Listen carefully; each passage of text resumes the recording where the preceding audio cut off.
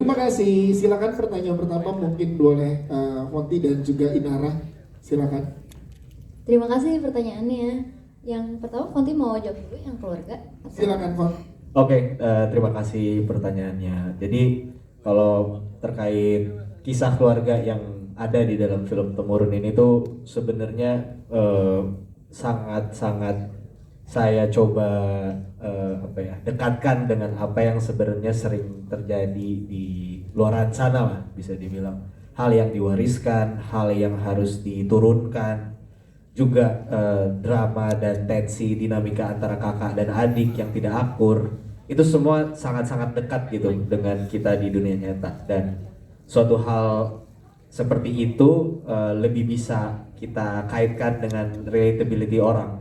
Dan menurutku itu suatu hal yang penting ketika kita menulis sebuah cerita, bagaimana hal itu bisa dekat dengan nanti yang menikmatinya. Jadi sebenarnya keluarga yang disfungsi ini tuh merepresent banyak orang di luar sana yang mungkin merasa tertekan oleh apa yang harus mereka warisi, apa yang harus mereka terima tanpa konsen mereka, karena itu sudah ditakdirkan atau mungkin diwajibkan untuk diturunkan. Jadi mungkin perspektif saya untuk menulis cerita keluarganya dari situ. Oke, Inara mau menambahkan, silakan Inara.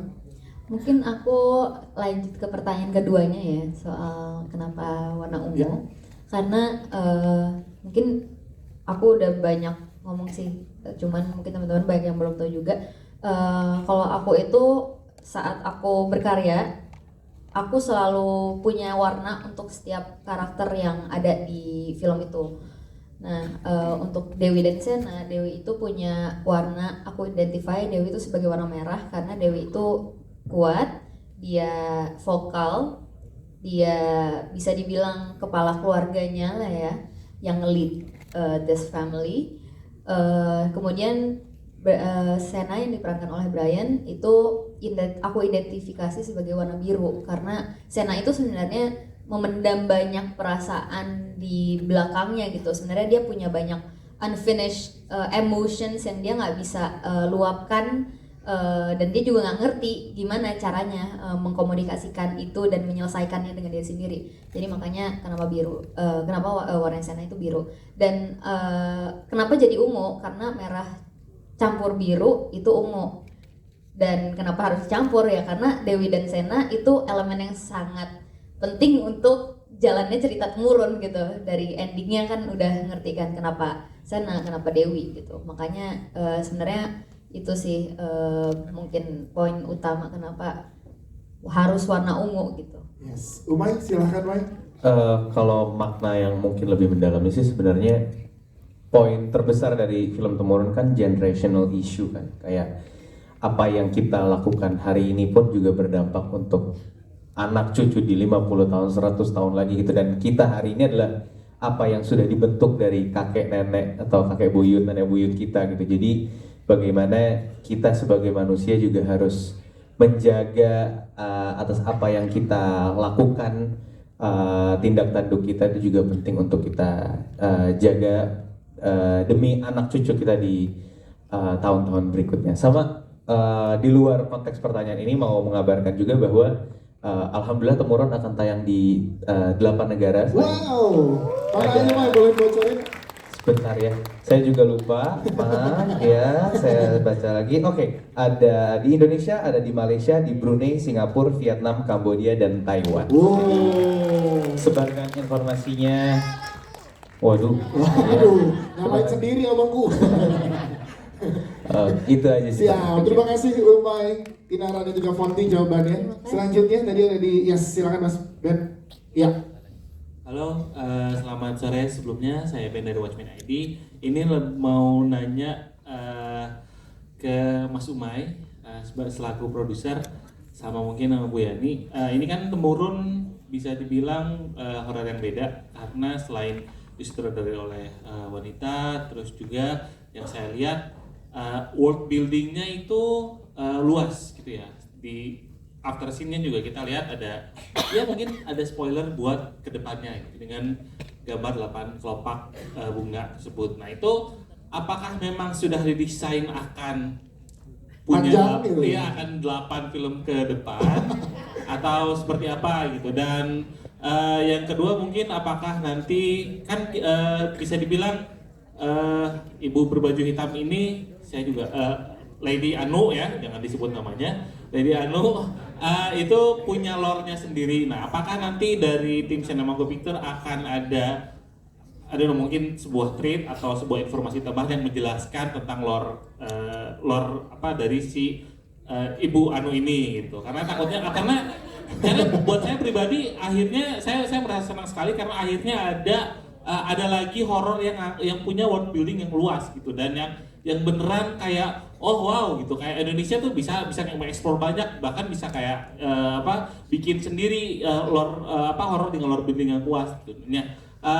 Mungkin Ibu Yani sama Umay bisa menjawab apakah memang didesain seperti itu dan memang apakah rencananya akan ada temurun atau beda setiap kelopak beda ceritanya atau gimana? Wah, menarik. Oke, siap. Terima kasih. Nanti boleh dijawab oleh jajaran produser.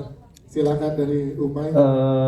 Emang kayaknya selalu jadi pengen jadi identitasnya Sinemaku juga. Kita selalu mengakhiri film kita dengan tidak rasa yang fully happy or fully sad gitu. Jadi kayak ada rasa getir yang kita tahan untuk audiens, dan itu memang sengaja jadi identitasnya Sinemaku juga.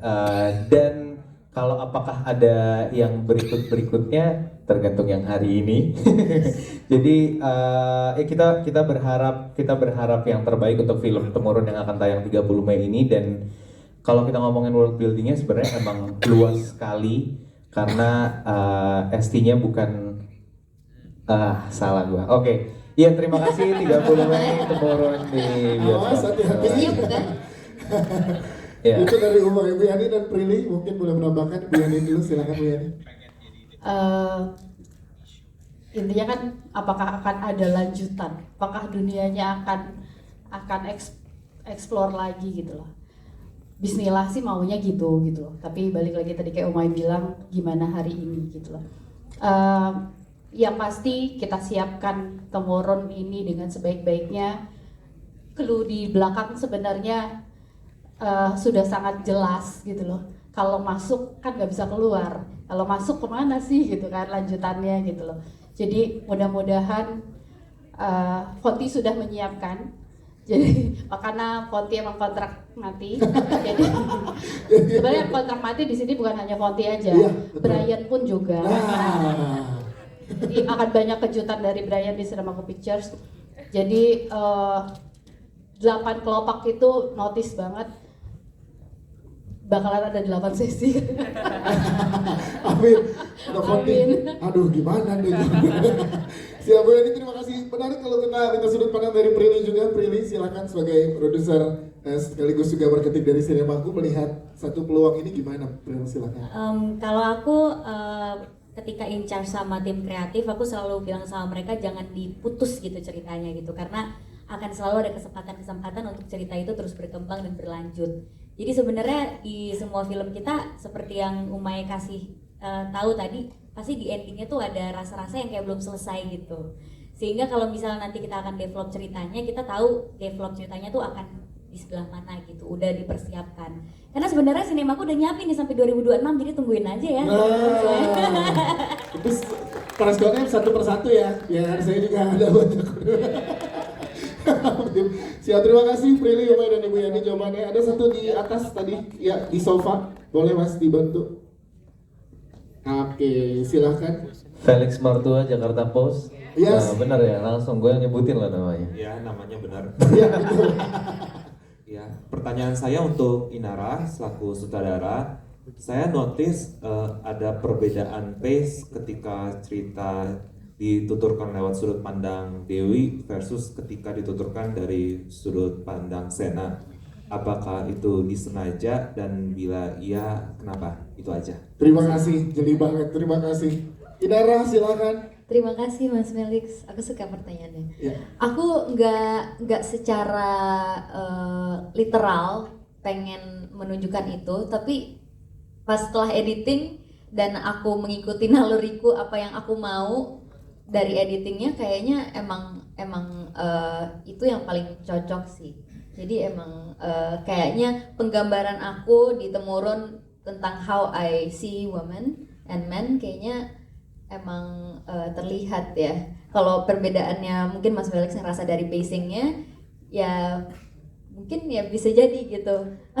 Atau yang lain ngerasanya dari mana, ya mungkin bisa juga. Karena kalau di aku sih aku nggak balik lagi nggak pengen nggak ada pesan yang secara gamblang gimana perempuan gimana laki-laki, tapi ya sebagaimana jalannya cerita Temurun ini dari Fontian dan hasil diskusi sama teman-teman aja sih.